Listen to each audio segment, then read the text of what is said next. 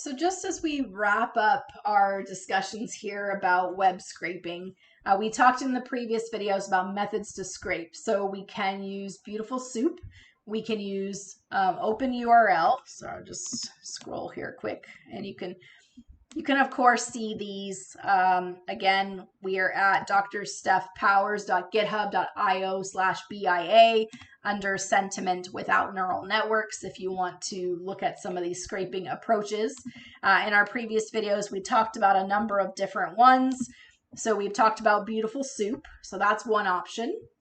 We looked at how that would work. We scraped a Wikipedia page there. URL open is another option to try, depending on if you're being blocked. And then these are the ones that work from inside of your Google Colab. There are others outside of Google Colab. There is one called Selenium, Selenium,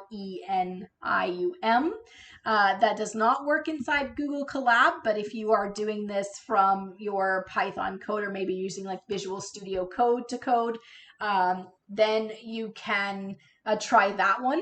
So there are different ones as people try to use different packages that don't raise detection, or at least are not popular enough that people are bothering to fight yet. In all those cases, what we were scraping is static pages. So we are looking at pages like this, like Wikipedia, where it is not constantly changing. Whereas if we are looking at Amazon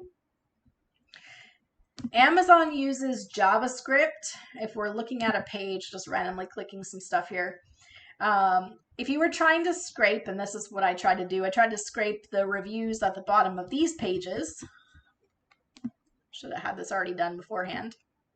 So you're trying to scrape these pages. The challenge with scraping these pages, because this is a JavaScript-based web page and not a static HTML, is that when you pull this code, so let's open view page source, right? We can pull the HTML code just like we could with the other sites. So again, if Beautiful Soup and URL open doesn't work, you can always right click and do page source. But the challenge with these JavaScript pages is that when you go to look at the code, remember we're looking for these common tags. And so if I just go back in our previous video, we said, well, the thing with a static page is that you could find these tags like class equals MD to pull that important information that you want. But the problem with JavaScript is that it is dynamic. And so that means that the tags are constantly changing. And so trying to find a consistent tag like this class equals MD attached to the information you want, you can't do it. And so scraping JavaScript pages is quite difficult, quite challenging.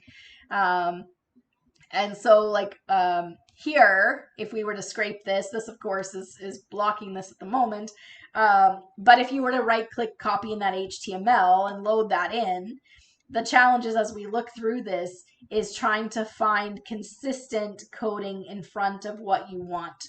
And you'll notice as you kind of sift through an HTML from like an Amazon page is you can't find clearly identified tags that are before each review. So if I'm trying to find each review, here for example is, this is a 5-star, gotta go further down to find the ones that are the comments. Because of course the top is all the summary stuff, and you gotta find the things that are at the bottom.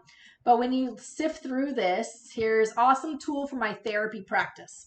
So I'm like, okay, great. This is a comment. I want to pull just that.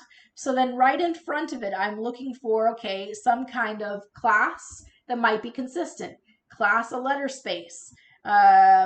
Or we want to look, maybe we want to pull the review. So we're looking for some kind of common class. A, icon, alt in front of the 5.0 out of 5 stars. But then when you go and look at another comment, another feedback, so let's see, a little block of sun.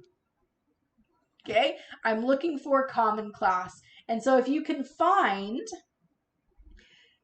where there is a similar C class equals and then a quote, then you can use the process we talked about in our previous videos to pull the information.